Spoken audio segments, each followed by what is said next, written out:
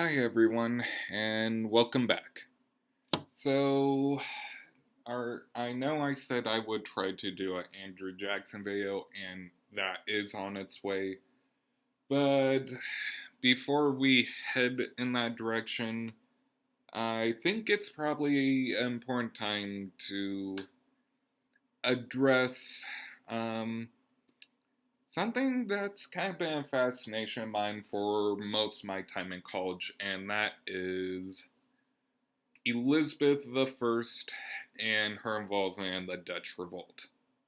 Now, this was actually a very important part of my college studies when I was getting my bachelor's degree in history, and was actually one of my main focuses, and is in a lot of ways probably one of the main reasons why I enjoy studying the Dutch Revolt and the Protestant Reformation in general. Now, Elizabeth is complicated. There's a reason why there are so many books about her, and why, in a lot of ways, her, especially like how important the Tudors were in creating the foundation of the British identity, laying a lot of the foundation for the first British Empire, and to some degree even the second. We're basically, if we're actually going to get into England's involvement in the Dutch Revolt, we're going to have to do a quick speed run of Elizabeth's background. She was the second surviving daughter, surviving past infancy anyway, of Henry VIII. She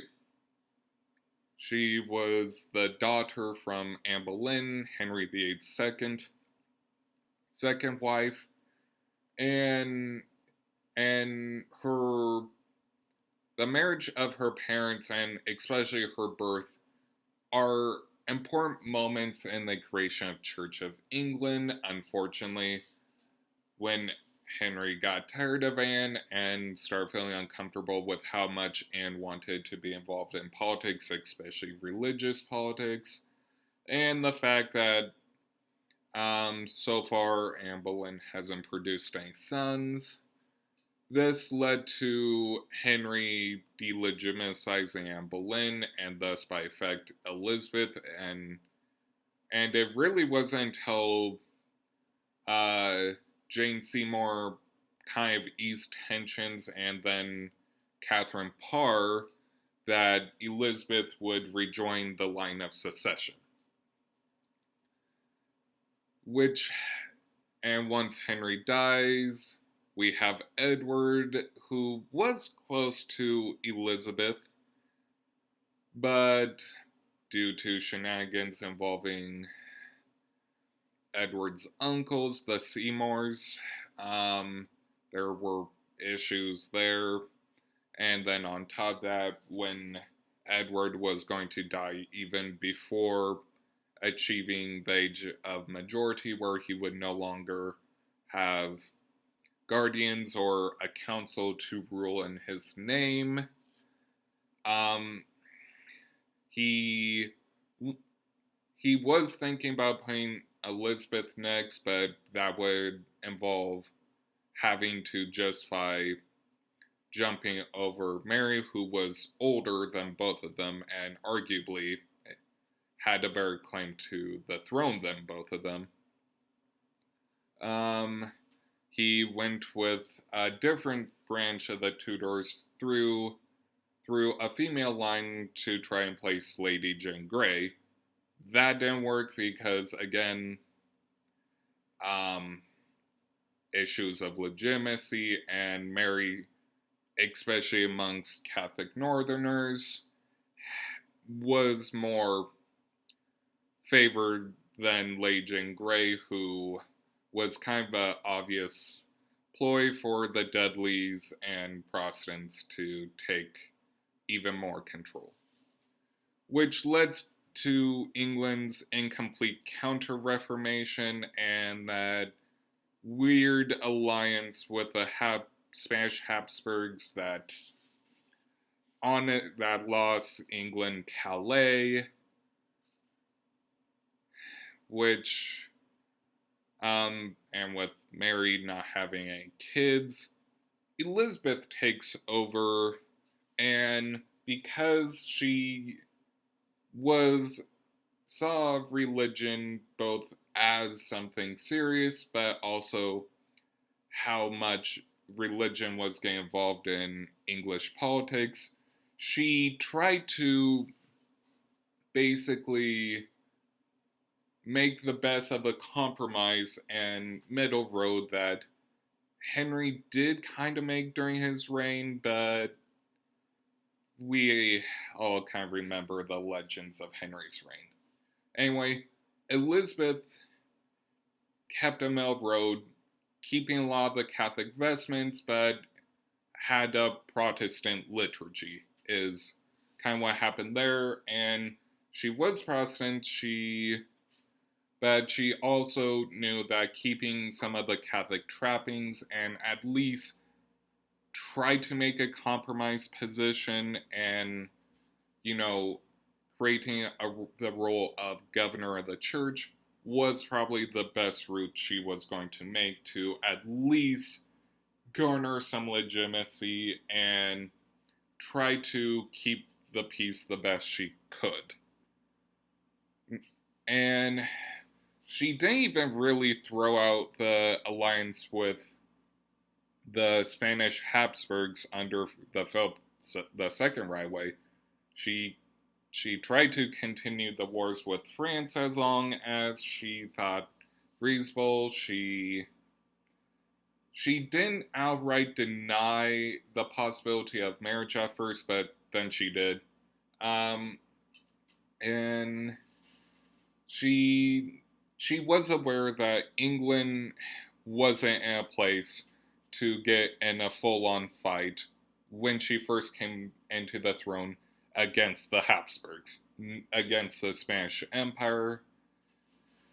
But that didn't mean that she wasn't going to use the stereotypes of a female monarch, questions about how much she could control her men, which led to raids by Sir Francis Drake, his circumnavigation, hosting the Dutch pirates, all this stuff, like creating privateers, all this stuff to singe the beard of the Spanish Empire.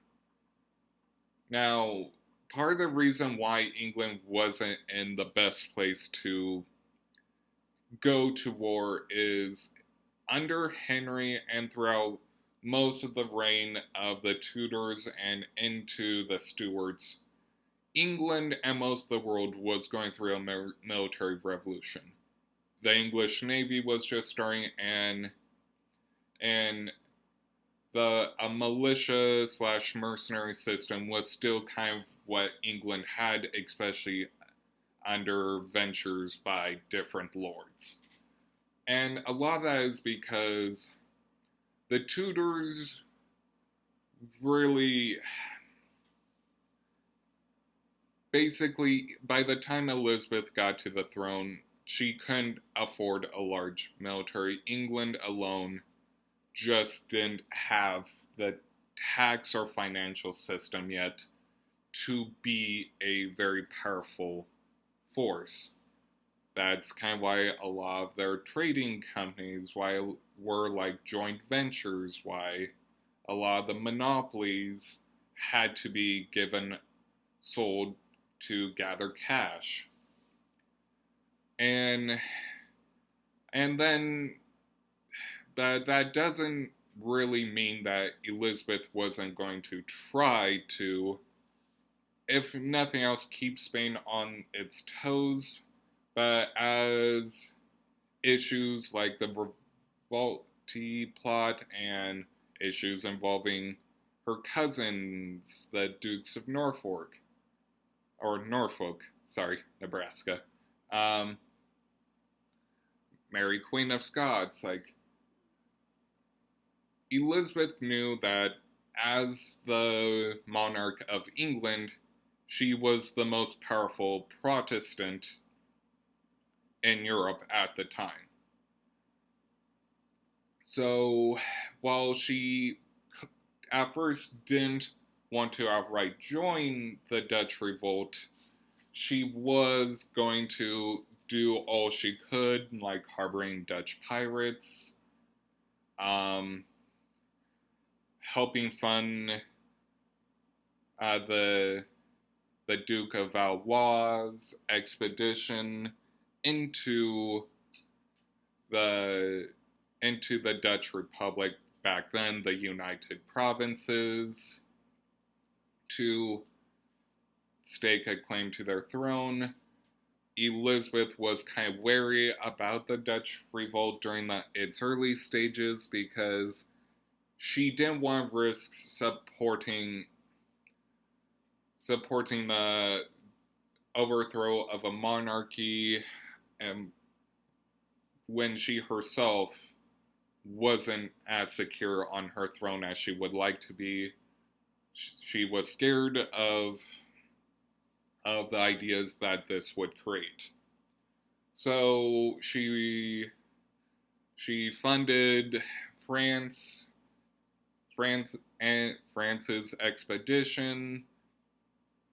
She during the time of the wars of religion in France, she did what she could to fund the Huguenots and helped in a lot of ways to kind of ensure that there would be a compromise with the Treaty of Nantes, and even have, after the Spanish Armada, send out an English one, which did not end well at all. So, where does this leave us with when Elizabeth tried to directly get involved? Well, she sent mercenary captains, she sent small expeditions, she signed the Treaty of Nonsuch after Antwerp fell and thus endangered the English wool and textile trade with the Low Countries. She would send Robert Dudley to try to take control and lead the revolt in her name. I actually read a lot of the accounts of that expedition.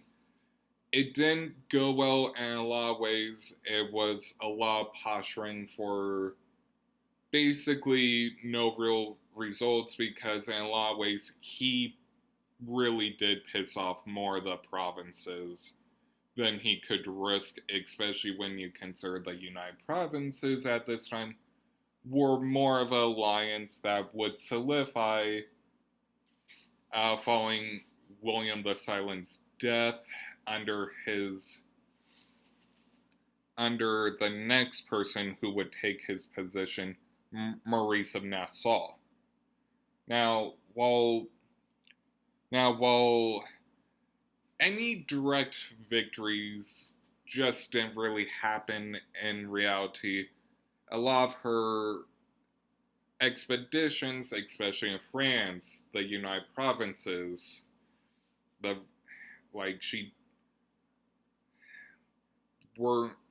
just didn't go well, and in reality, her funding probably did more to help, but her expeditions were kind of proof that England was still in the middle of a military revolution, that they were in a transition period. And alongside that, her expeditions bought people time. It bought time for Maurice of Nassau to grow up a bit more and take control of the United Provinces and be one of its most important figures in its history. She bought the Huguenots time and to regather itself during the War of the Three Henries, and and have a somewhat decent position to have the Treaty of Nassau. And, sorry, it wasn't the Treaty of Nassau. It was basically to have the treaty that would end the main part of the wars of religion with a compromise that allowed them worship. And alongside this, we also got to remember that Elizabeth was still very deep in trying to put down Ireland so that she could continue the plantation system there. So where does that all kind of leave us with Elizabeth and the Dutch Revolt and her foreign policy in general? Well, Elizabeth, because she really was trying to legitimize herself by kind of straddling the fence between extreme Protestantism and extreme Catholicism. In a lot of ways, her reign had to be kind of like never over investing into any one policy so that she had the flexibility to change routes if she needed to.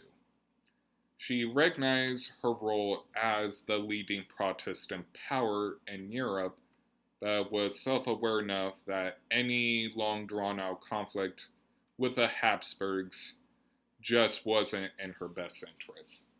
She was willing to help the Dutch rebels, but she needed to do it in such a way that played up female stereotypes of monarchy so that she can be held directly responsible for a lot of the policies she herself chose. So in a lot of ways, her policies and the results were kind of as intended. In a lot of ways, these policies were meant to buy time for the sides she favored. And whether or not we want to consider that a success, leave a comment and explain why. Alright, thanks for listening. Have a good one.